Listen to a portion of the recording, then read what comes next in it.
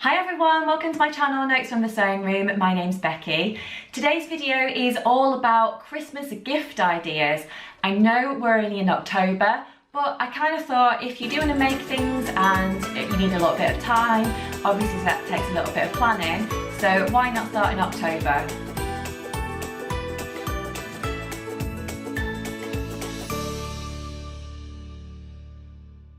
My channel is all about my sewing and craft adventures, so if that's something that interests you, please do subscribe to my channel and hit the like button if you do enjoy watching this video. And thank you of course to everyone who has subscribed already. I know I've gained a few extra subscribers recently, so I really appreciate that, so thank you very much. I do hope that you enjoy watching my videos as much as I enjoy making them. So today I've got lots of different ideas to show you. To be precise, I've got 9 different ideas to show you, which is not a round number, but I thought, why not? I've got 9 ideas, so let's share them with you. You might be able to see I've got my laptop just to one side of me here because I've got some notes on there, just so I don't forget to tell you about anything. So without further ado, I'm going to start with the first one. I've come up with a range of different ideas that you know, some are more involved makes than others, but hopefully there's something in here for everyone if you are interested in making a Christmas gift for friends or family, or even maybe a neighbour who's been super helpful during these difficult times that, you know, we find ourselves in at the moment. So without further ado, the first one is a personalised Christmas stocking. Now, I don't know about you, but I love the idea of making a personalised Christmas stocking because that could be as involved or not as you would like it to be. And if you were to make it with applique initials, I just think that would be super cute, and it would just be so lovely as a gift for, you know, a family member perhaps, or, you know, a really good friend. I'm actually hoping to make one for my baby boy William, as it'll be his first Christmas. I thought it would be absolutely lovely to use perhaps some red cotton sateen and sew on a lovely W for his name, and you know, I could edge that at the top with like a little furry bit or lots of different things. But I really think a personalised Christmas stocking is something that people can treasure for a really long time, and obviously remember that you made it for them. You could of course use scrap fabric for this project if you've got anything in your stash that is the appropriate colour, red, green, brown perhaps, anything like that would be super. If you didn't want to create a Christmas stocking that is, you know, an applique one perhaps that's got initials on it, then why not do a different design? Perhaps you could do an elf stocking that looks like an elf foot perhaps. That could be really cute. Or I saw another one online actually that was a Christmas stocking that had got some Christmas light details on it, and it was all sewn on with different colours, so that could be really nice. What I'm going to do in terms of all these ideas that I'm sharing with you in today's video is I'm going to add all of the links down below to all of the sites that I've found where I've got my ideas from. I've been doing lots of different brainstorming and I've come up with all these different things to share with you, so hopefully that will be really helpful. Number 2 on my list is an easy sweet jar. So I have made some different sweet jars before for friends and family, so I'm going to insert some videos so you can actually see what I'm talking about. But basically all you need to do is get an old jar, so that could be a sauce jar, a jam jar, something like that, that's got a lid. So then you basically have to put your lid down onto your fabric and then trace around where the lid would be, but not the exact size of the lid. You basically have to go, say, 1 or 2 inches bigger than the lid, so you're going in a round circle, and then cut that out with pinking shears, and it just creates a lovely circle that's got that kind of zigzag design all the way around.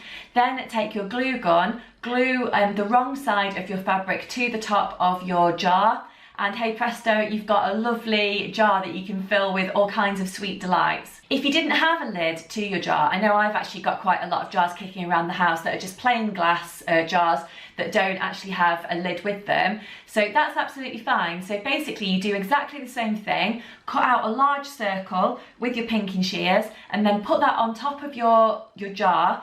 Then all you have to do is take an elastic band, put it around the top of the jar and tie a nice little bow around it, and then again you've got a lovely gift there to give to your friends and family. It looks like something that perhaps you would have got from a really sweet craft shop somewhere, but actually you've made it yourself at home and it's cost hardly anything. Number 3 on my list is a homemade advent calendar. Now this is definitely something that I want to try this year. I've never made a homemade advent calendar before, but I've found quite a lot of different ideas for doing one online. Again, I'm going to put the link below so that you can find you know, your inspiration.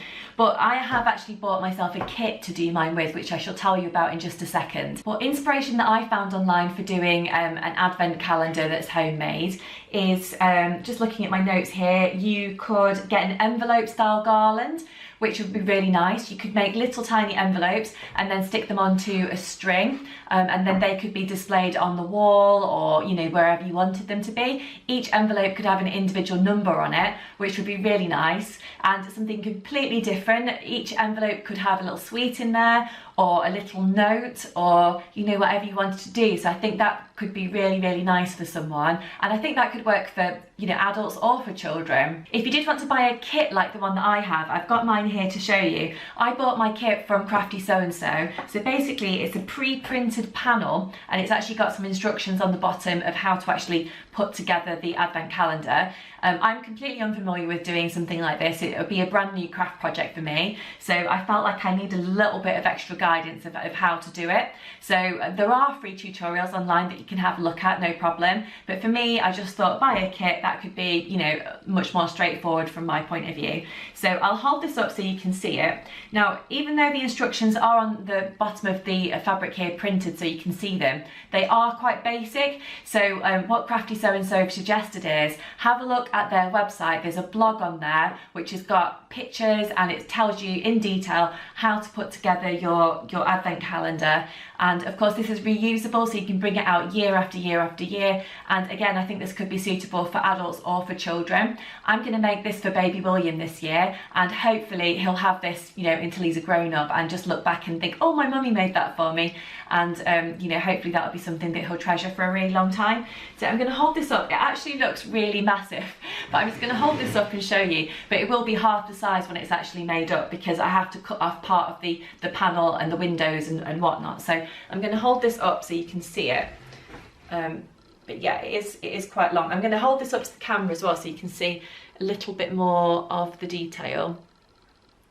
But it's really nice. We've got some houses on here, we've got some people skating, we've got some lovely Christmas trees, and of course windows from 1 to 24 as well.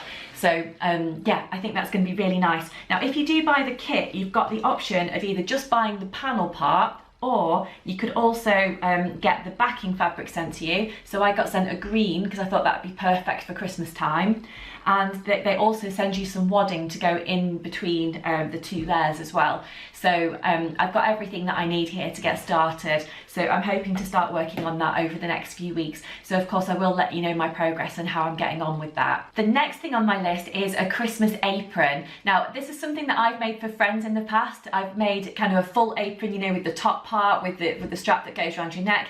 And I've also made one of the kind of smaller aprons that just goes around your middle area, and it's got a nice bow at the front. They're so easy to do. You can pin together, you know, bits of scrap fabric to put that together, or of course you could buy some lovely Christmas fabric and put together, you know, a really sort of fancy Christmas apron with all kinds of different trims if you wanted to. You could add on some rickrack there, you could put on some pom-poms, you could add on a lovely pocket with someone's initial on it. There's so many different ideas of things that you could put together for a Christmas apron for a grown-up or for a child. If you did want to buy a kit similar to, you know, me buying one for my advent calendar, you could get one from Crafty So. They've actually got a pattern on their website, which I think is £5 in UK money. So you can download that pattern as a PDF if you'd like to. I think their pattern includes a kind of a roomy pocket down the bottom, so that, you know, you can add in all your bits and pieces when you are baking, which is really helpful. Maybe you might want to, I don't know, put in there your rolling pin, or I don't know, your whisk or something like that. But yeah, you've got lots of options there of things that you'd like to do. I'm sure there are plenty of free tutorials online again if you would like to put together an apron. To be honest, when I've made aprons in the past, I haven't actually used a pattern. I've just kind of thought, you know, what shapes do I need? And it's so basic. You know, you can put together a kind of rectangle section for the top, and then add on another rectangle for the bottom, but turn it sideways. And then all you need to do is add on a strap for the neck and 2 ties for the back section as well. well, and you can really make it as fancy or not as you'd like to. One of my favourite things about Christmas time is wearing a Christmas jumper. I do have quite a few in my sort of wardrobe already, none actually that are homemade. They're all, you know, ones that I've bought ready to wear, but why not actually upcycle a plain jumper that perhaps you were thinking of getting rid of, and, you know, add on your own design on there. So you could sew on some buttons, you could sew on some felt, you could put on some, I don't know, tinsel, anything that you want to. Again, I found a lovely tutorial of how to upcycle a jumper and put a Christmas lights design on there on the Crafty So and So blog. So I'm going to put that link below so you can find it. But I think really the world's your oyster. You could come up with lots of different designs. I quite like the idea of having maybe a red jumper with a reindeer design on the front. That could be really nice. Or you could perhaps put a felt Christmas tree on there. Perhaps you could buy some green felt, you know, make a Christmas tree design, kind of a really basic one, and then perhaps you could use some buttons to sew on onto the Christmas tree as if they're the lights or something like that. That could be really cool. So I think you've got lots of different ideas of things that you could do in terms of a Christmas jumper. I think perhaps if you bought some pom-poms or made some pom-poms, they could go onto a jumper and make a lovely kind of Christmassy design if you use the right colour wool. But you could do this with a jumper that you already have in your wardrobe, or a basic t-shirt that's perhaps, you know, a plain colour. That could work as well. Now, I have mentioned on my channel before about putting together this guide to making Christmas gifts, and a few people commented and said that they use their fabric to make drawstring fabric bags to give gifts in, and I just think that's such a lovely idea. So inside the fabric bag you could have a homemade gift, or you could have something that perhaps you've bought from the shops. But making a drawstring bag, I think, is something that could be reused afterwards. So perhaps you could put jewellery in there if you were going on a holiday, or you could store other things in there that are just kind of little knickknacks that, you know, perhaps you don't want to get lost. So I think making a drawstring fabric gift bag is a lovely idea, and something that I'm going to take on board myself for this year as well. Again, I've found a link of how to do that. I think there's lots of different ideas on Pinterest as well, so I shall put in a link below so that you can have a look of how to do that if you'd like to. Now, you may know, if you watch my channel, that one of my other passions in life is cooking, and baking in particular. So whenever I've got a little bit of spare time, apart from sewing and crafting, I do like to do some baking. I'm a big fan of Mary Berry, and you know, lots of other kind of chefs that are out there, but Mary Berry is one of my favourite cooks, and she's got lots of different recipes online, and of course in her lovely books as well, that you can put together not only for Christmas but any time of the year. And one of the things that I've loved receiving from friends over the years is a selection of cakes. So why not make a selection of cupcakes, or you could make scones or mince pies or something like that. Why not buy a Christmas tin, put them inside a Christmas tin, and then use some ribbon from your stash or from your local haberdashery shop to put around your tin, and there you go, you've got a lovely handmade gift there, and it's a little bit different to having to sew something. I know that I've absolutely loved receiving homemade mince pies before from friends, and it's something that, you know, I could eat all year round if they were available, to be honest. I tend to stock up on mincemeat at this time of the year and then keep it, you know, until I run out later in the summer. So you might have seen me post on Instagram before that I'm making mince pies in August, and that's because I'm using up my mincemeat that I've got. But yeah, it's something that I just find so tasty and yummy, and, you know, I could just eat all the time if you know, if I had the supplies there to do it. One of my favourite quick makes that I've made recently is a sleep mask, so otherwise known as an eye mask, and that is from the Tilly and the Buttons Make It Simple book. So I'm sure a lot of people that are watching this video are familiar with the Make It Simple book by Tilly and the Buttons, but basically there is a sleep mask in here in the shape of a cat, and or cat sort of ears, should I say. I'll just show you a picture so you can see. Well, I basically made one of these masks for myself before I went into hospital recently to have my baby, and I wore it in hospital because it's basically bright in the hospital, so when baby William was sleeping I was able to get a little bit of a nap in myself by putting on my eye mask. And to be honest, I have been using it a bit at home as well since I got back here, and I just find it super useful, and I think that it would make a lovely gift for someone, perhaps teamed up with a makeup bag, or perhaps you could make a wash bag to go with it, or you could just give someone the eye mask itself. So the pattern comes in this book, so all you have to do is trace it out. I do believe that there are some links in here as well if you did want to print out the pattern, but it's such a small project, I think it's fine to trace out if you've got some tracing paper at home. So it says that the cutting time is 10 minutes and the sewing time is 25 minutes. Obviously you could make this as easy or as complicated if you'd like it to be. You could add on some applique kind of eye designs on there if you wanted to, which would make it slightly more complicated. Or you could just do it really plain, straightforward, in a Christmas fabric perhaps with some elastic around the back. I just used some cotton poplin when I made mine and added on some white elastic for the back of my mask.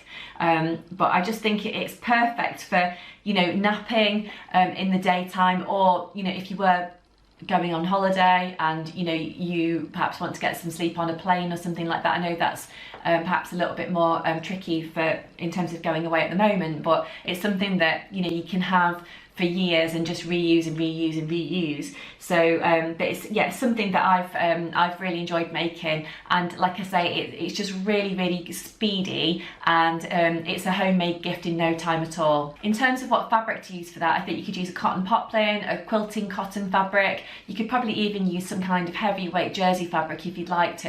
And then the final thing that I've got to show you today, or another idea that I've got for you, is making a homemade table runner. So making a Christmas table runner is something that I love to do. Last year I made a few for friends and they really loved them. And again, it's something you can bring out year after year, and you can use it across the festive period, not just on Christmas Day. I actually made quite a few table runners for my wedding as well. So I've got one here as an example that I made for my wedding, and I bring this out when we've got any friends over for dinner and that kind of thing. Mine are quite straightforward. They've got one colour for the centre section and then another colour to go around the outside. Again, you could make these as complex or simple as you'd like to. I have found some other examples of table runners online that you could have a go at, so I will put the link below so you can have a go at having a look and making one yourself if you'd like to. I also wondered if you'd be interested in me putting together a kind of how to sew along video for a table runner. I'd be more than happy to do that if you'd like me to. So just leave me a comment below if that's something that you're interested in, and I could put that together for a future video. But this is one that I made previously. So mine's quite a wide table runner, so if I just hold this up you can see. Hold that up to the camera. So I've got a kind of triangular section for the top, and then I've got this green section in the middle, and then I've actually just used a really plain cotton fabric for the outside. So mine's quite a long one. So it goes across my dining room table basically, and for my wedding it kind of went down the centre of the wedding table as well. But you can make these in lots of different colours. Of course, for Christmas, there's lots of different Christmas cottons out there, cotton poplin fabrics, quilting cottons would work perfectly as well. So I think you could team up two completely contrasting fabrics if you'd like to, and it just would make a really snazzy gift for someone. And again, it's really straightforward to do. I think you could whip up probably a couple of these in an afternoon if you'd like to, depending on how much time you've got. I hope you've enjoyed watching today's video, and I've given you a little bit of inspiration of what you could potentially make for friends and family this year. Most of the projects that I've shared with you in this video don't take too long, so if you are a little bit short on time, then you can just whip them up in perhaps an afternoon or a few different evenings. If you are sewing in the evening, perhaps after work, or like me, you're a mum and you've not got lots of time, I think if you just kind of did 10 minutes or 20 minutes here and there, then projects do come together quite quickly. If you have enjoyed watching this video, please do hit the like button, and of course leave me a comment and let me know what you're making for Christmas this year, and if you've enjoyed seeing any of my suggestions on this video. And of course, if you've got any other suggestions of things that I could make or other people could make, I'd love to hear those as well. If you have subscribed to my channel already, thank you very much, I really appreciate it. And if you haven't subscribed, then please do hit that subscribe button and that notification bell to be kept up to date with all my latest content. I'd really appreciate that. But until next time, I shall leave it there and say thank you very much for watching, and I'll see you soon. Bye!